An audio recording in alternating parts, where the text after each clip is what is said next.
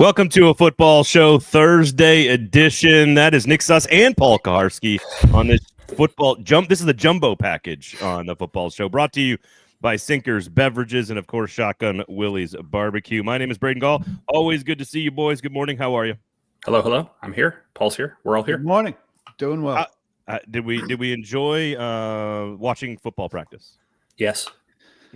Always better than not watching football practice. I did too much depth charting. I don't know about Nick. I miss some action because I'm scribbling down depth chart stuff that I can't really share, but that I want to know. Yeah, and it's a problem I have. I think I did like 2 series of depth chart stuff and then realized, it's May 28th. I'll depth chart it on June 27th. Yeah, I think that's a smart thing to abandon. And I, then if you invest on doing one side of the ball, which I generally do, defense, because the offense, there's a lot of rotating on at the receiver position anyway. So you just kind of do offensive line and defense, but then there'll be 4 plays of substance that I miss. I think the things that are of note is maybe the order with which things happen. It's not necessarily that person is going to be, P1, P2, P3, whatever at a position, but it's just sort of interesting when somebody gets first reps. It's just for this one particular practice. Are we allowed to say so-and-so was among the first off the bench? Can we say it like that? I'll choose my phrasing in a smart fashion throughout. Okay. All right. I think that we can talk about who received prominent exposure.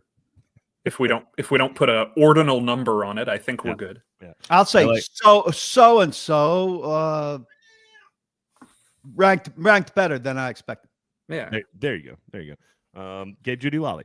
So there's lots of stuff to discuss, of course. The number of players that were there, who was not on the field, we'll discuss that. It's not as important as I think people make it out to be, of course. We'll have some observations about each position group. You guys had a chance to talk to some of the coaching staff as well, with Fossil and Denard Wilson as well. We'll talk quarterbacks, obviously, to start. We'll talk Cam Ward. We will talk Will Levis. You'll hear from Will Levis. It's the first time when's the last time we have spoken to Will Levis? Do you guys know? Locker room clean out, right? Yeah. Yeah, that's what I thought. So Band-Aid officially gone, ripped off, and he answered all the questions as as we flocked to him the second he came off the field, as expected. All right, so we'll get to a lot of stuff today. If you have any questions or comments and want to sort of steer the conversation, this is the People's Show here on this jumbo package. And jump into the comment section there. I see Coach Wills. I see Eddie. So all you guys, if you want to do that, please do. Share the product as well. If you're watching on Twitter, Facebook, YouTube, thumbs up, notifications turned on, all that good stuff. Get as many people in here so we can have an interesting conversation. Make sure you check out the Tennessean, Pay for Good Journalism, for Nick Suss's work. Lots of stuff, lots of big words about the release for Cam Ward, so make sure you go check that out. PK, you've already had a podcast about this, so go check out the Paul Kuharsky podcast as well as the YouTube page, and, of course, subscribe to paulkuharsky.com. All right. Cam Ward, I just want, first opinion. Nick, we'll start with you since Thursday is generally your show here. We'll just do that. You're going to get the Brandon Allen of the show. You're going to get first. You're going to get first reps, and so you're going to go first here. I just want your. We saw Cam Ward in some individual style stuff with rookies. Now you're on a team. You're running 7-on-7s. You're running 11-on-11. I want to know what your overarching reaction was to his performance on Wednesday. I think we spent an entire year last year playing the are they going to teach Will Levis to not take these risks game? And then first practice, Cam Ward, he's taking all the risks. And good or bad, for whatever, dude's making the throws. Dude is putting the ball where he wants to 7 times out of 10, 8 times out of 10. It seems like he has the ability to throw into traffic, but ball's coming out quick and ball is going downfield. I think I charted every throw he made. I think he targeted a running back 1 time. Last year, we're in 7-on-7s, and we're just talking about, it's the dump off to the running back. It's the shorter game. They're going to throw this short passing game. That's the Callahan offense. Cam Ward's not doing that yet. And we talked to Nick Holtz about it. We can probably get into that more later, but they're kind of okay with him learning this way of take what you think is going to work, and if you fail, learn from it. But yeah, the first impression for me was just, dude is not playing I'm easing myself in with the easy stuff quite yet. And I think that's a good approach in that you let them go big and you scale them back instead of starting small and scaling up. You asked a good question that got, I think, from Nick Holtz about like negotiating the line on, how far do you go and where do you kind of tear things down and stuff like that. But I'll go even broader. I mean, the rookie mini camp was really nothing. So this is our first, impression. And I thought, people aren't going to be satisfied with the answer. I thought he's fine, but he didn't mess up to any large degree, but he didn't knock my socks off to any large degree either.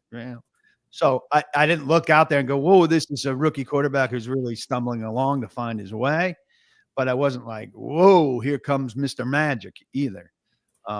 And I know people aren't real excited about that answer, but that was my feeling about him. Looked like a relatively efficient offense against a defense that can't touch him, which is about what you'd expect.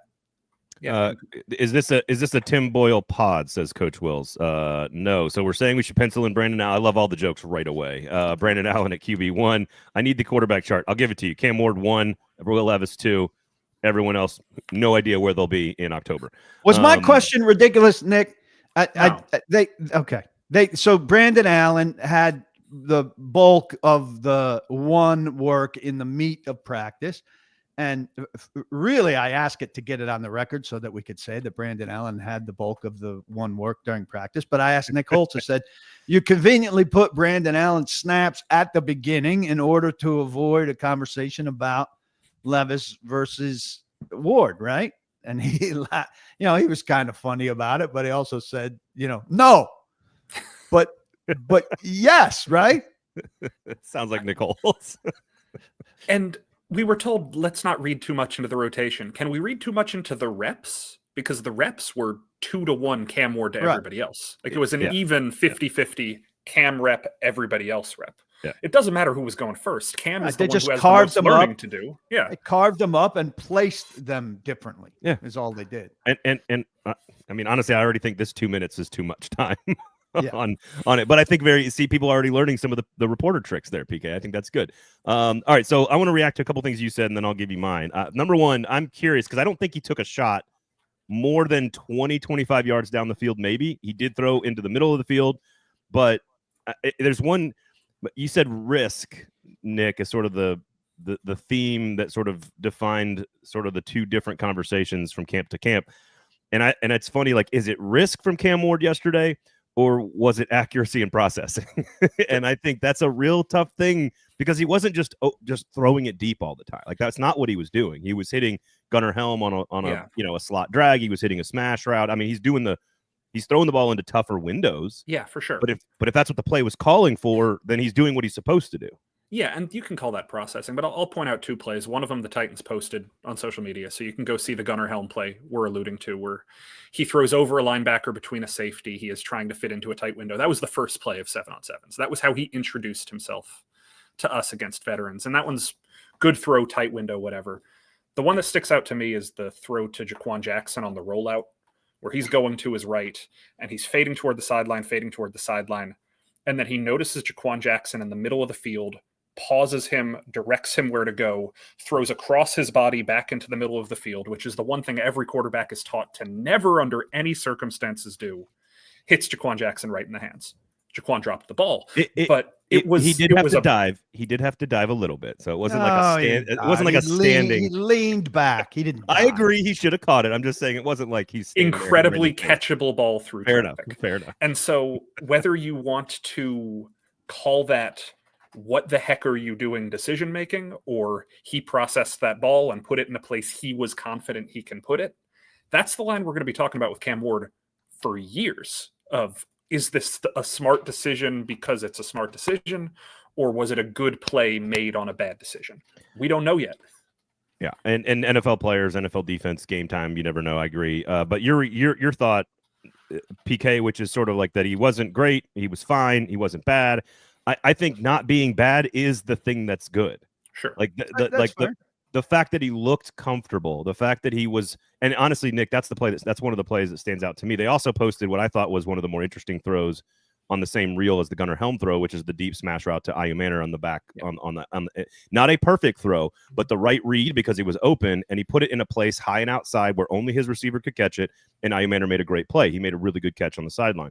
So I think like there were a couple times where if I'm looking over at you guys on the sideline and I go, man, that was about like a foot and a half behind him, but it's still in the receiver's frame.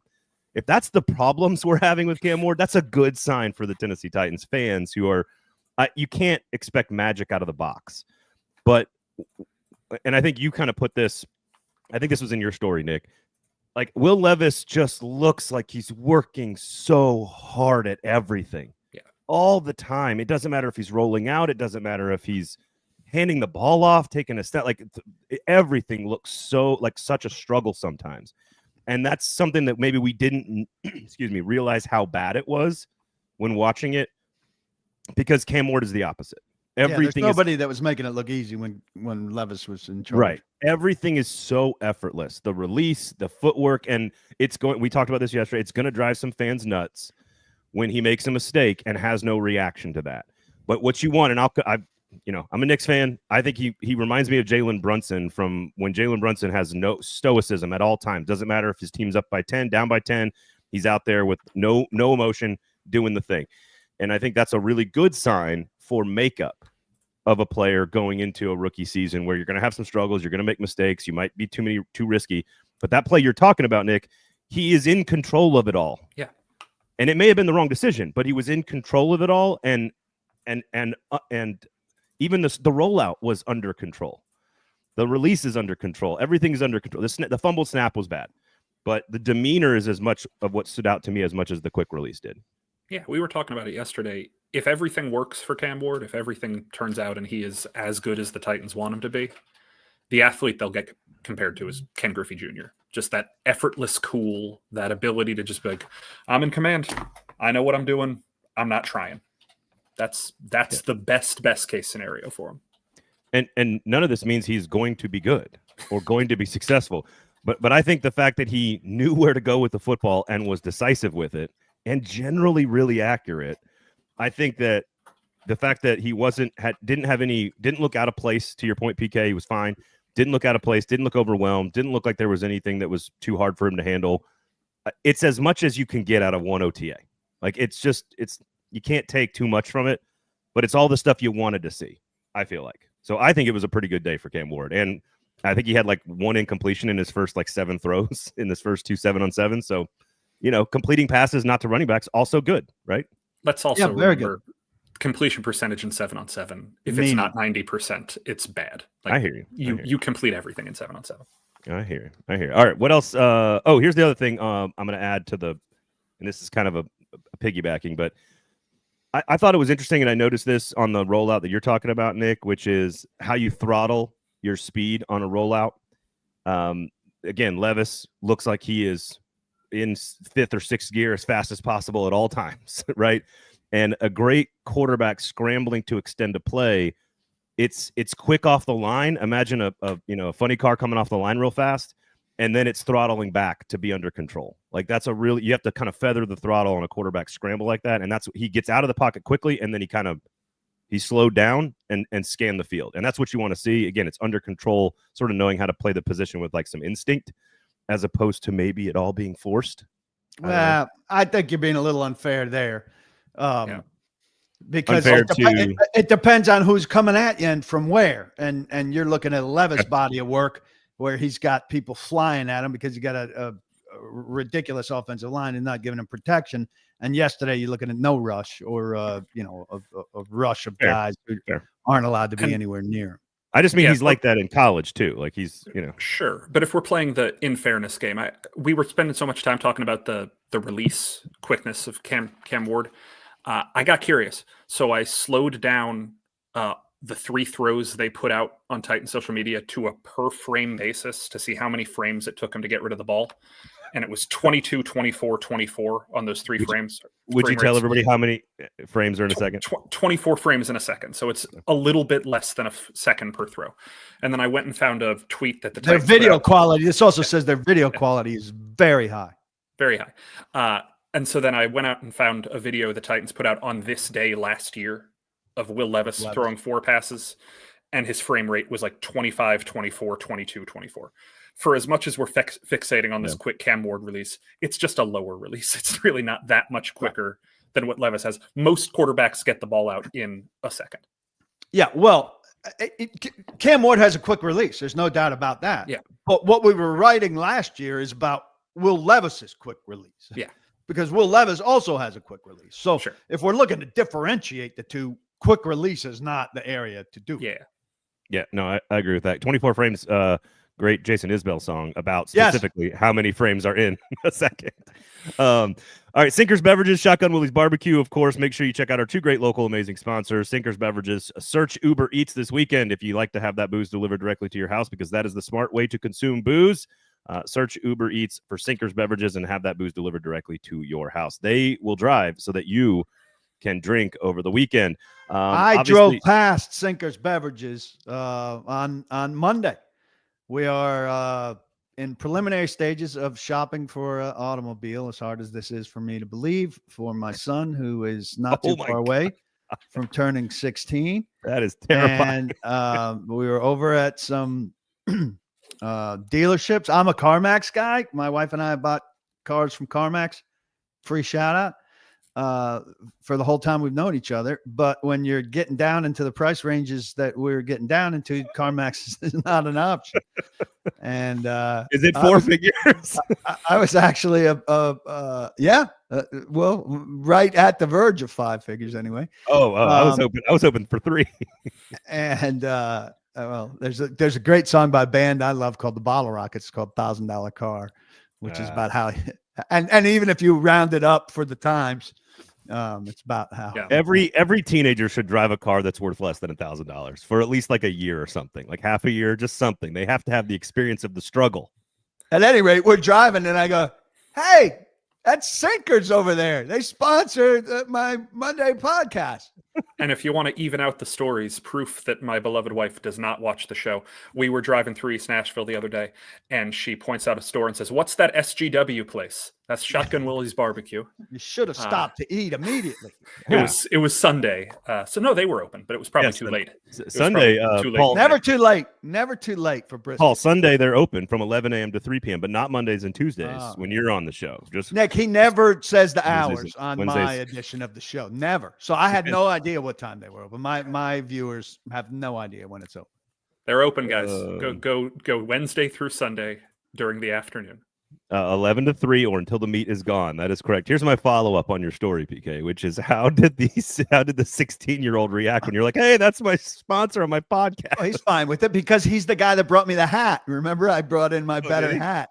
Yeah, and I texted him to bring in the better hat. So he's all about Sinkers. Yeah, production assistant, Minnie Kuharsky. I like that. That's good stuff. Taking it out of context, your 16-year-old son, all about Sinkers Beverages. All about it.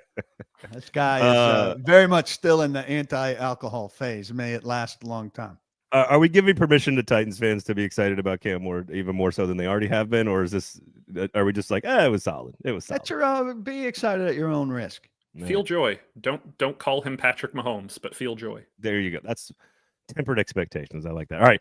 Will Levis came off the field. This is a quick clip here of kind of the conversation about being in the situation that he's in and sort of having another player in the locker room, knowing about Cam Ward. Here was Will Levis after practice on Wednesday. I mean, I feel more and more comfortable every day. It's all it takes in the position, just rest and experience, and try to take advantage of it anytime that I can to improve. And I'm just pumped about not having to learn a new offense. So that's been fun to kind of get to the level 300, 400 of the playbook and being able to go out and just run anything without really even talking about it, which is cool. What's it like knowing that competition, not just with Cam, but also the working relationship with you guys? Yeah, we got a good room. I mean, I feel like I've been blessed and able to be in just some great rooms with great guys in my career, and we are able to keep it light when we need to and talk about things outside of ball and then bring it back in, hone in. And we got a lot of smart dudes and a lot of guys with a lot of experience to be able to lean on in the room. So it's been great. Brian said he wanted you guys not to forget last year, to learn from it and to be motivated by it. You feel the same way? Yeah, no doubt. I mean, I'll never forget it. I mean, I'm grateful for it. I mean, I feel like if I look back and, that year, I feel like I got thrown absolutely everything at me, and nothing can really surprise me at this point. So, as much as it sucked when we were in it, like in retrospect, I think we can all say that we learned a lot from it. Especially, Brian, the second year being a head coach. Like I think, the first year, just like his little test run, like he's already made improvements to his philosophy and just his way of going about things, which all of us have recognized and appreciated, just like everyone else has been trying to improve there every day. Lifestyle happens. If you're All right. First of all, My I count, hand, my pen, and my iPhone. but not your question. I count Buck and Terry getting in there before you. They're Yeah. anxious. Eye The kids contact. are anxious. I just let it go.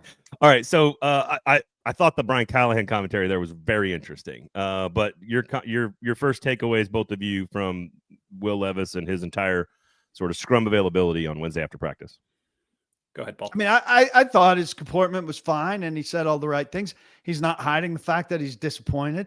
He said at another point, anybody that would be in this situation would tell you that it sucks. I don't know that he could make a case that they shouldn't have made a move and that he should still be in place, but that doesn't ease the pain of losing your job and knowing where you are. I said, if you are the backup, do you have the mentality to downshift? And he didn't like the downshift word at all. He said, I'm not downshifting. And I think that is where, if they haven't made up their mind that they're moving on from him, I think how he downshifts, change the word to whatever you want, is going to determine his fate with them if they're not presented a trade offer that they love. What did you mean by downshift in that question? And well, his remember, response? now I'm not comparing him to Ryan Tannehill at all, but remember when Ryan Tannehill came from Miami and was Marcus Mariota's backup, he talked right at the beginning of that. And then when he was elevated again about having to fall into the background, he had been a starter and he wasn't used to that, but that was his job for that time, that 6 weeks or whatever it was, to support Mariota and to not be out front, and that was an adjustment for him. And I think that'll be the same thing for Levis. I think that's part of their concern. I am officially, and I wrote this yesterday as my main piece, I think it'd be a huge mistake, and unless Levis is some kind of big problem, I think this idea that Brandon Allen is somehow a backup guru or whatever. He's played about half as many snaps as Will Levis as an NFL quarterback. His numbers are absolutely not good. And the idea that he somehow is a safe backup who's going to come in and manage an offense and give you a better chance to win, to me, he's a below average backup who probably is not going to do well. And I'd rather have a backup that, maybe he's going to really be bad, but he still has upside and could go and throw 4 touchdowns or give you a big comeback. I know it's been a while, but he's worked with Jordan Palmer and he's only in his 3rd year.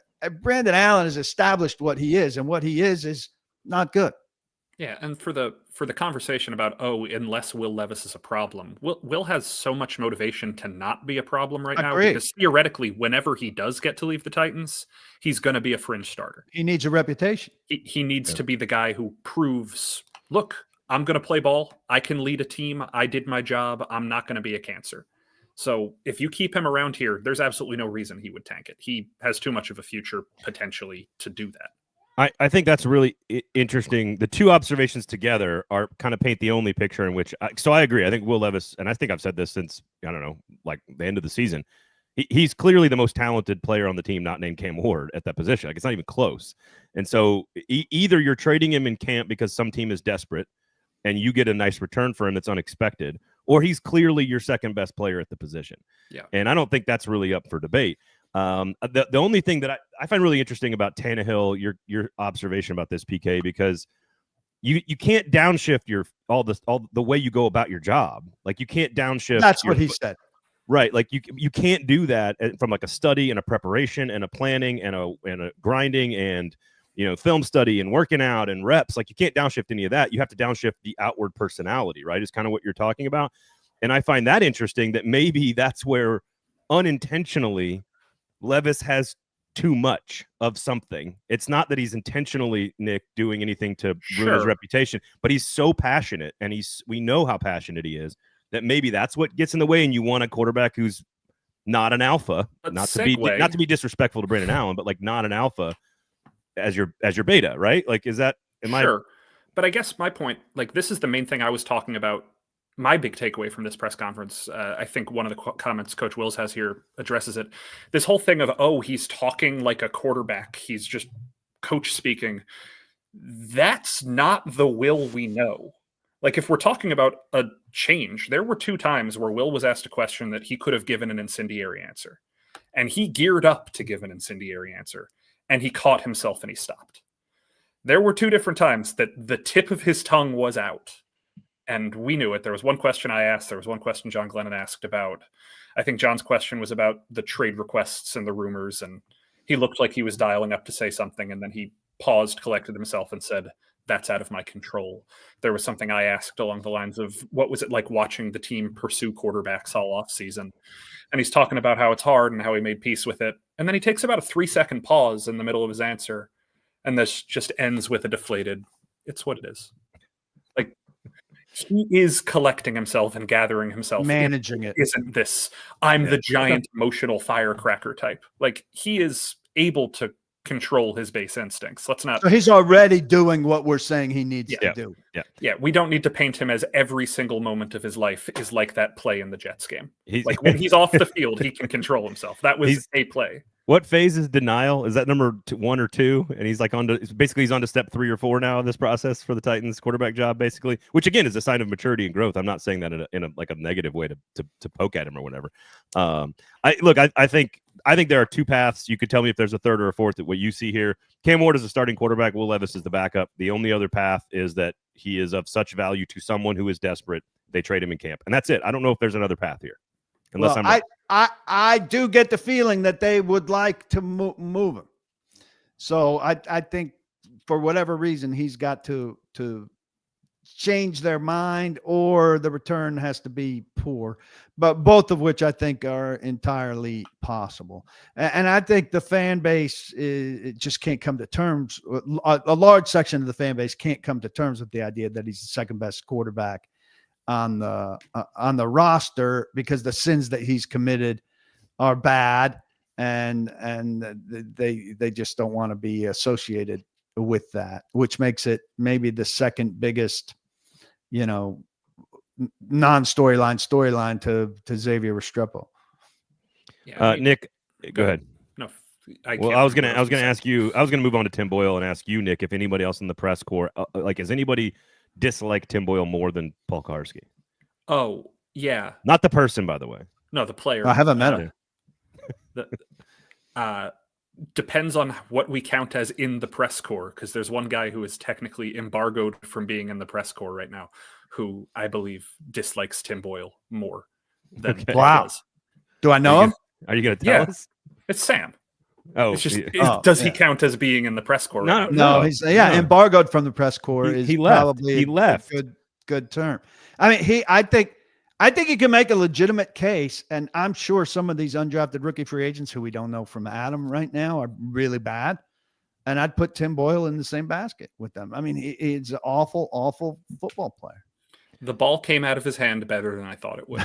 Did it land where it was going to go every time? On these speed outs, it came out of his hand into the ground. But the ball came out of his hand better than I thought it would. I'm not slandering it. You're looking for a way to say nice. Looking for a way to say nice things about him. Dude is gonna. He is good enough to be a third or fourth string quarterback, and I get that. And there are no fourth string quarterbacks. There's 0 fourth string quarterbacks in the NFL. I think you compared him to a young farm animal, Nick, in your story.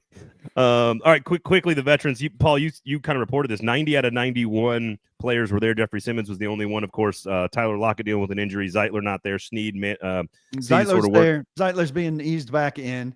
Yep. And Sweat's rehabbing something. We don't know what it is. But Sneed is the interesting one. I know the coaching staff talked about him a little bit, and you kind of said this on your pod.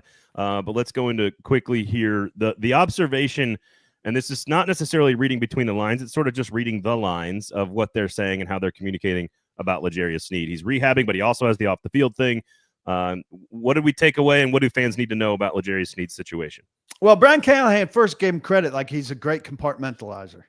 Now, none of us have been in criminal proceedings that I know about, unless you guys are really good at hiding stuff. I think if I had a pending felony indictment, it would distract me from my work. They say that that's not the case. So kudos, I guess, to Legarius Sneed for that. But they both very pointedly, Callahan and Denard Wilson, said he's great when he's in the building. And this is something I heard as far back as the combine, when the Titans knew about this alleged incident in Carrollton, Texas in December. But I think it expands beyond that they had concerns about him when he was away from the building. Now, I don't know if that means there's another incident, or if they just think he runs with a bad crowd or makes bad decisions or whatever. But I think I don't know if they go to bed at night, praying that he shows up tomorrow and spends more time in the building so that he can't be out doing foolish things. But I think organizationally, they're disappointed in his behavior away from the team, and that's not isolated to this incident. And they would really like him to be around as much as possible, because when he's around, he's great, and they know he's not off elsewhere. And then there's the football side of it all, of them both alluding to he's great when we see him play. It kind of works on the exact same principle. Yeah. Two levels of the same thing. Yeah. Look, we saw, how many times would you say we have seen Legarius Sneed on a field, counting games since he's gotten here? 20? Oh, yeah. Somewhere in the high teens or low 20s. Yeah. Counting in-game week practices, counting OTAs, training camps, it's probably around the 20s. Physically saw him exist in the world. Saw him play football in some way, even if it's just stretching on a Friday. Denard seems bullish that this is still a number one corner, that this is a guy who is worth the contract. Very bullish. And we need to see that. Fundamentally, whether it's in July in training camp or whether it's in the preseason in some capacity, before week one, we need to see him play football. We need to see him shut down Calvin Ridley for a practice, or go to joints and make Drake London look silly or something like that. We need to see him play football. That's just the main thing we need to know about this entire defense. That's kind of the linchpin right now before I say, is this defense good or not? You need to know if he can play. How much is that real belief, and how much is that trying to will something into existence, I think is a fair question. Sure. I mean, you do get paid to play football. All right. So before we get into the rapid fire here on some of the other, hey, let's go back for a second. You kind of glossed over Simmons. I think Simmons, voluntary workouts are voluntary workouts. We all know that. But I don't know that anybody's getting perfect attendance for these first two practices. That's a hell of a buy-in for Brian Callahan, and a credit to him. And I tend to be super hard on Simmons. I think we all know that. But I think at a time where they're really emphasizing leadership, growing leadership, have these 8 captains and 8 assistant captains, and are revising the meaning of Titans leadership, right? It's not just lead by example. And I think Jeff, probably, if you've got truth serum in him, would be an old school definition leadership guy, lead by example and all of that. I think it's meaningful that he's not there. I think it's given a lot of people opportunities to help surround him with better leaders, which is something that they need. But maybe I'm reading too much into it. I think it's a lost opportunity for him to be in the middle of all of this leadership growth instead of absent from it. I think that's fair. I think of it from the perspective of buy-in as Jeff the leader, and buy-in as people listening to Jeff. And so there are a lot of people who have been on this team the last 2-3 years. Well, not a lot. There are some people who have been on this team in the past who know Jeff personally, know him as a potential leader. And I think those people will be willing to listen to him because they've seen him lead whichever way he does before. But you got 44% of this roster is new. 47%. 47% of this roster. If these people have no exposure to Jeffrey Simmons and they're seeing these other people emerge as leaders, who are you going to want to follow? Who are you going to want to get in line behind if Jeff's not here? That's the question for me. It's less about will Jeff be able to lead. Jeff, we've seen him in the locker room. He is not afraid to yell at people for the music being too loud. Like, he can speak his mind.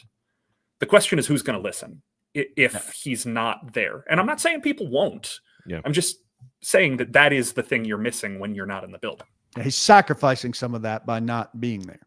Yeah. Well, and obviously to making sure we all know this, and everybody does, but the fans sometimes don't like it. Like, there's always perfectly good reasons why people might not be at this place, especially a guy of his caliber with his contract and his status in the league or whatever. But I agree with what you guys are saying. Very nuanced sort of approach to this. But it speaks to your buy-in comment, PK, 90 out of 91, and then Levis talking about Brian Callahan clearly needing a year of experience to grow and change. I'm curious if we notice any, like, obviously we've talked a lot about, the 4-H's and the team captain stuff, which Nick and I talked about last week. I don't think it's like at first it started out being gimmicky, and then I think it's sort of a layered psychological leadership approach to sort of get people to know each other. It's about the process, not the outcome. What is different in your opinion? Is anything different at all through rookie camp or through, the draft process, like through these last 4 months where it's the second time he's doing something for the first time? Is there anything you guys have noticed? I mean, Levis clearly is talking about how Brian Callahan has grown and changed and adjusted. I don't know. Okay. All right. I really don't know. Oh, is Paul frozen, or is he thinking really hard? I think he might be frozen. How Nick, how about this? I'll just ask you until Paul unfreezes. How important is it that he does evolve and change and adapt? And what would that maybe look like? Yeah, a thing I said yesterday, I don't think that there is a downside to what they're doing differently. I just don't know what the upside is yet. Like, there is a good chance that these changes are forensic at best. That doesn't mean they're harmful. If nothing gets better or worse, you're just changing to try and rejigger some things. And that's good. Yeah. They reconfigured.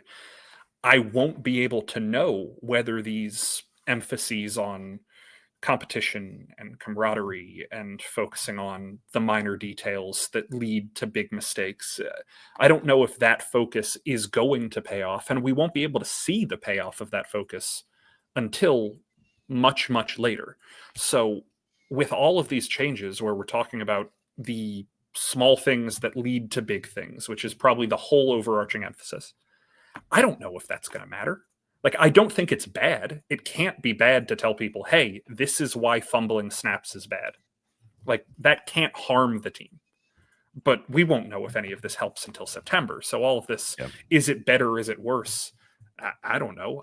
I hope that something, for the sake of Brian thinking he came up with a great idea, I hope it's a good idea. Yeah. But I don't know.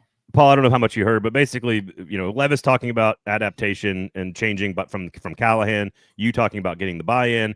This is the first time he's doing things for a second time, right? The draft, the process, rookie OTAs, and now into OTAs. Granted, it's very early in the process, but can you put your finger on or describe any of the differences? Obviously, we've talked a lot about the team competition thing, which to me is more about the process than the actual end result. Well, just a tangible thing off the top of my head, we saw they're gonna have at least a half a period of ball security every day, and so we saw that yesterday. Receivers were catching passes, and the second defender coming from behind was overhand. Overhand punching is very important. Was punching at the ball, and I couldn't see it from my angle, but I presume running backs and tight ends were doing the same thing with linebackers while linemen were off on their own. But they're doing some version of ball security every single day. Now that seems like something that should have been happening, and I think Callahan, in hindsight, knows it's something that should have been happening, but lesson learned. It's also at this time of year thing. You get into the camp and you got to work on your actual scheme. I think they're going to do it. I think they're going to do it then too, though. Okay. I think his intention is to prioritize these things in a way that they failed to do Okay. It's going to be December, and the last balls are going to be hard and cold, and they're going to be punching at them. Yeah. There you go. Just going to keep doing it. Hey, one nugget on this team building thing, the exclusive nugget, though I shared it last night. Talked to James Williams, and he told me he's on Team Skoronski and Team Skoronski / Kinsey, and that they're terrible.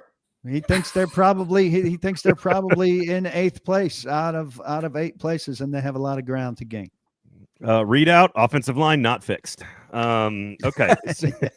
So Coach Will says, here's where we can judge. First of all, Sinkers Beverages, Shotgun Willie's Barbecue. Go support good local businesses. Coach Will says, can you speak on who's back catching kicks and punts? From what I can see, it was we're allowed to say 1987, 13 and 17. Oh, you could say who it was. Yeah. That's fair game. Jackson, Restrepo, DK, and is it Poche? Is that correct? Am I saying that correctly? Crochet and Shepard, I think. Okay. All right. So there you go, Coach Wills. All right, let's roll through wide receivers. I thought, and I'll sort of admit my own preconceived hopes for 2 rookies and an undrafted free agent to be very good and to clearly cement themselves quickly in practice this early in the process. But I got out there, and right away, Van Jefferson, clearly a top 3 player in the receiving core. And honestly, the amount of experience you're going to have with Ridley, Lockett, and Jefferson, I don't know how much productivity or talent, but Jefferson's in great shape. He's a professional. And I think those top 3 guys are pretty established and have tons of reps in their careers. And I think there's not going to be a lot of mistakes from those 3, I don't think, this year. Manor looked the best of the young ones, I thought. Yep. But Jefferson, to me, stood out as the most productive receiver they had yesterday. Yeah, I was impressed with Jefferson. First time we'd seen him, obviously. Really cut. And nice size. But I'll go the other way on the young guys. DK stood out to me. I liked his burst. I think he had 3 catches. I think all 3 of them were kind of in the middle of the field. And I felt like he did well to explode away from people. Now, obviously, receivers always finish the route and run away from people who have finished defending. But on film, he looked like awkwardly fast to me. Yeah. And seeing him live fast smoother was better. Yeah. It's funny. I'll take the bait and say that Xavier Restrepo talking after practice, saying that he's in there at 5 a.m. with a handful of these guys with Cam Ward. It's a positive, I guess. I know he's a little slow and a little heavy. I think is how you described his legs, PK, which I think is accurate. Yeah, thick legs. But man, he is built to take the hits in the slot if he can somehow make the team. So that's all. Yeah. He knows how to catch the ball in traffic. And I'm taking the bait on 87. I get it. It's the one favorable. Go ahead, Paul. Go ahead. I was going to say, we have 3 different perspectives here because I think Io Manor is the one who seems like he has the fewest flaws right now. I like him the best. DK is the one who seems like he might have the highest upside. And Restrepo is the one who is certainly the most interesting story to talk about. So all 3 different reasons to hook into him right now. And I agree with all 3 of those pieces of analysis. I think DK has tons of upside. I think Io Manor is, and here's what I wrote down. DK has the burst and can give you that element. Io Manor has the possession ability and the hands. They all bring something different. Restrepo has sort of that dirty area kind of vibe. Gunnar Helm, I think, is clearly what he is, which is an ability to stretch and to force defenders, linebackers to run with him. He was out there, and it doesn't mean anything that he was out there on the first play with Cam Ward necessarily, but he's going against the first defense and he catches the first pass. I think that's a good sign that he's out there with those guys. It doesn't mean he's a number 1 because it wasn't, because Brandon Allen's obviously the number 1 quarterback. So I thought my ultimate takeaway is they're just deeper at pass catcher with receiver and tight end. They have more options with more versatility, different skill sets. And I think it's a nice blend of players. I don't think it's great, but I think it's a nice blend of players. And generally more speed. Here's one thing that I think early favorability for Restrepo, where he can make an impression early is, and the coaches have said this about certain guys, like I think Io Manor is starting off at X, right? Yeah. And I think players are reluctant to confirm it, right? Say, hey, coach said you're starting off at X. Say, well, I'm really working everywhere, right? He doesn't want to pigeonhole himself or confirm anything like that. But I think like early in practice, when the receivers were working against air, it was and initially they were just playing two sides. Then they divide into three lines and there's a line of slots. Well, that line of slots was very limited, right? Because these guys who are learning multiple positions at the beginning, but are being asked to master one first, the one they're being asked to master first is not slot. And so the guys in slot are slots. And you go ahead and presume who the slots are, but and Lockett wasn't out there, right?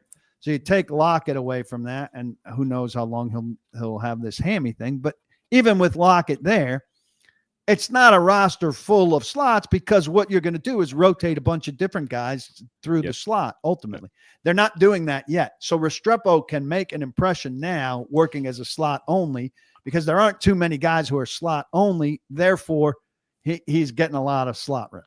What you all just witnessed is a masterclass in talking about scheme without talking about scheme. No rules were broken. Good job, Paul. Thank you. Well, like, here's the thing. Traylon Burks and Bryce Oliver were out there, and they didn't cross my mind at any point.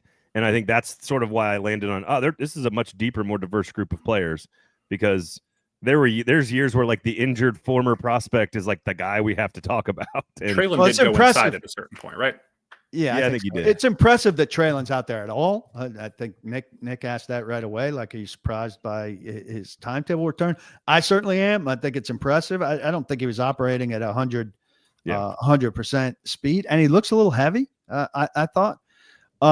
Bryce Oliver, the only time I noticed him was when, and we'll get to Gabe Giulilali.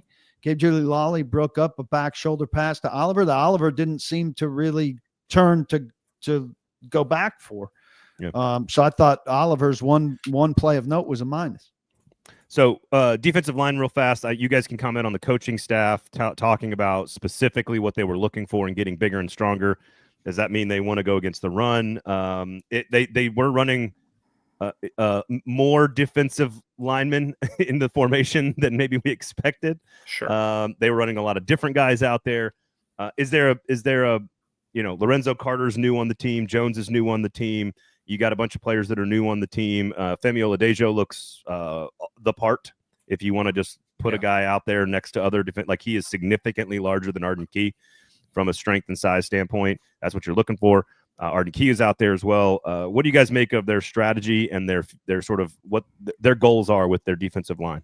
Yeah, I was overall fascinated by Callahan and Denard Wilson both talking about how much bigger they wanted to get on the edge this year and why that strategy is going to bear fruit for them. They talk about collapsing the pocket in the playoffs and how teams like Philadelphia won on strength instead of finesse. And they talked about wanting these guys like Oladejo, like Lorenzo Carter, like Draymond Jones, who are big enough to push a tackle back instead of having to get around a tackle to make a play. They talk about wanting to finish sacks more. That size thing, we'll see if it works, but you went out and got a guy in Lorenzo Carter who I don't think he's had more than 2 sacks in a season in the last 3 or 4 years. He's going to play a prominent role, it seems. You got a guy in Draymond Jones who hasn't been a primary edge defender, or rather exclusive edge defender, in a long time. You're going to have him on the edge. It's a different look. And so we have somebody like Isaiah Rakes, an undrafted free agent, who I was surprised by the prominence with which he got reps yesterday. And he's a big boy. He's a big boy. He was listed at 315, and I do not believe that. No, 330 at least. Yeah. So this size thing isn't just they drafted Sweat. This is an identity thing. They are trying to be big up front, and it looks like it right now. It's May, but it looks like they're big.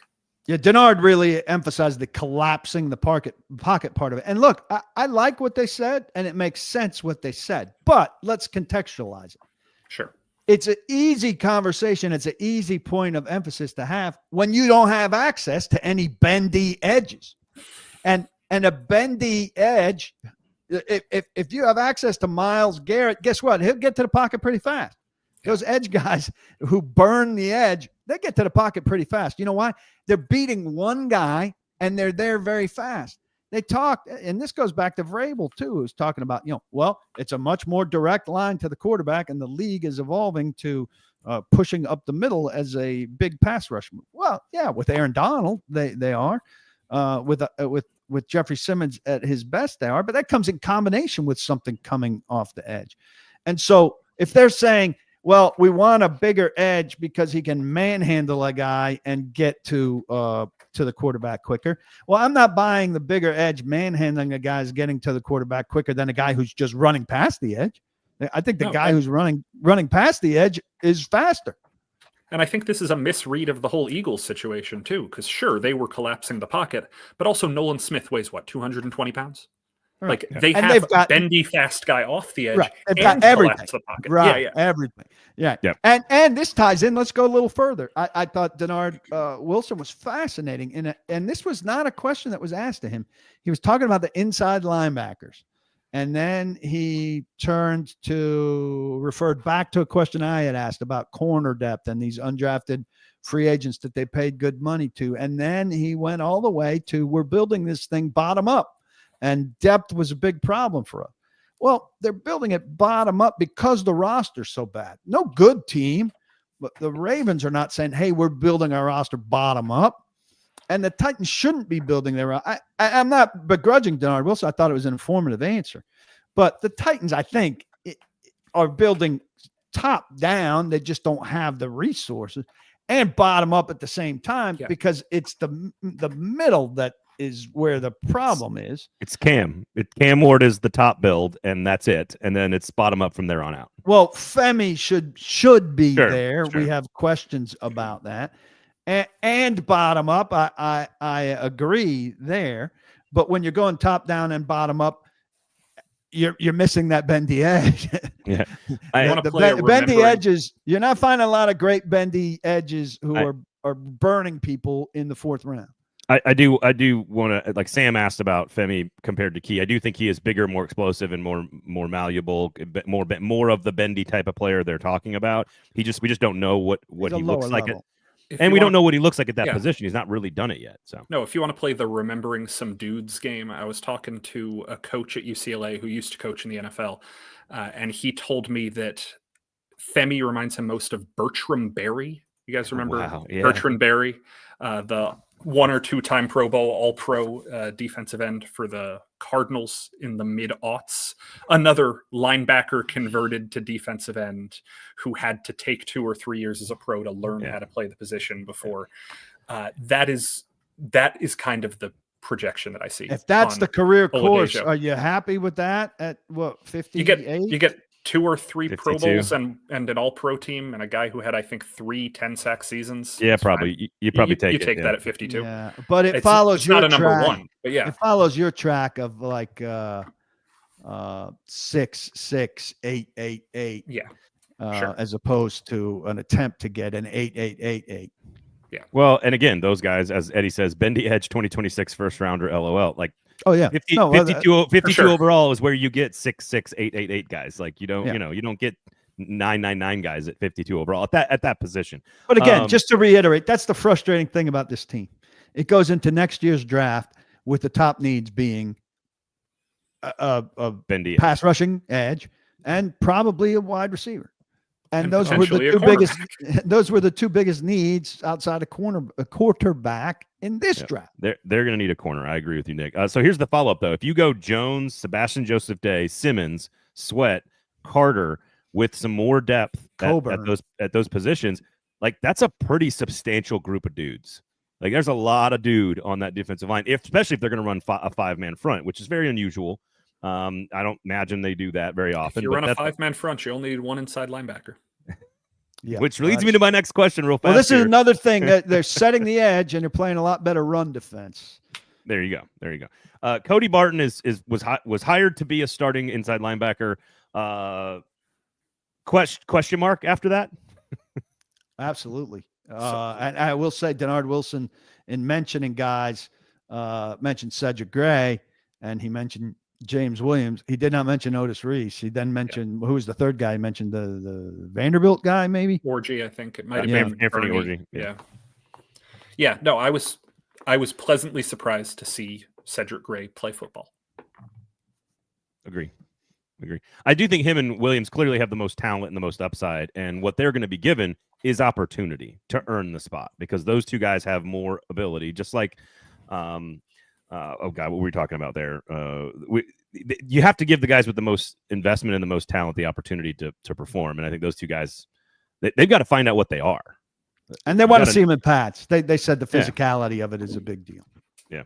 All right, defensive backs, offensive line. I thought Latham and Skoronski looked the part. You talk about leadership. I think both those guys could really grow into substantial leaders this year. Something you can't really do as an offensive lineman as a rookie when you're learning. Year 3 for Skoronski, year 2 for Latham. They both look like they have different bodies. We've been very, Latham's has been more advertised and covered. I just think if you're looking for, that Simmons conversation, I think there's an opportunity for guys like Latham and Skoronski to develop into those pieces on the offense with a lot of young players around them.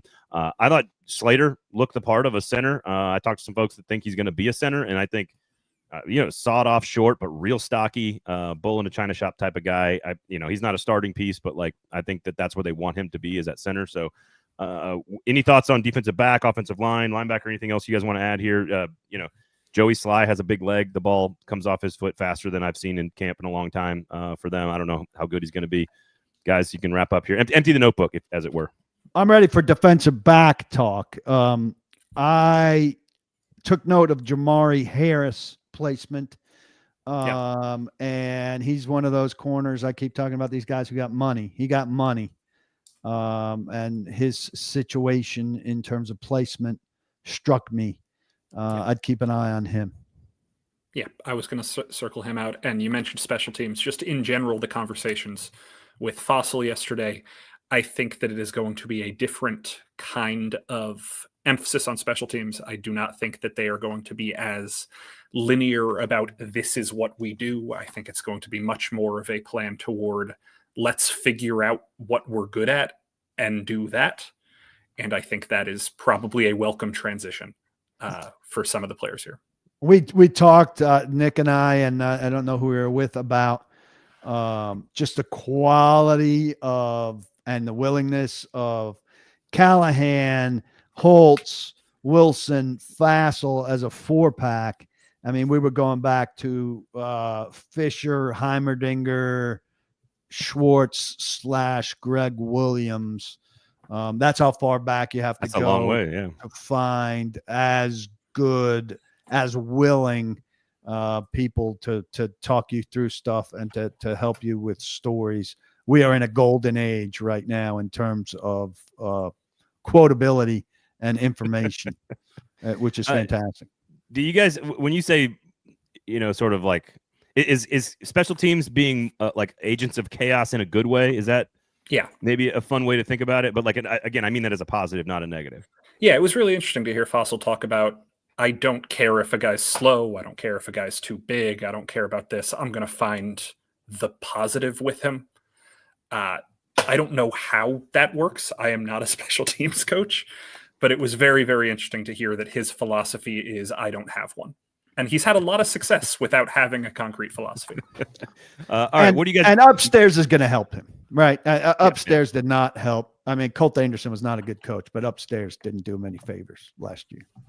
All right, empty the note. Or what do you guys got coming up, Nick? You go first. Anything you want to promote? Tennessean.com, pay for good journalism. Yeah, that's it. Go to Tennessean.com. A couple of things coming down the pike, but I do have to bounce very, very quickly. Yep. PK. James Foster on Jarvis Brownlee coming soon, as well as a lot of Nashville Select baseball. There you go. And $1,000 cars. Sinkers Beverages as well. Shotgun Willie's Barbecue. Go support good local businesses in this market. We got a lot of summer left to go. For Paul and Nick, thanks for hanging out. Boys, always good to see you. Have a good weekend. I am Braden Gall. Thanks for listening. We'll talk to you next time.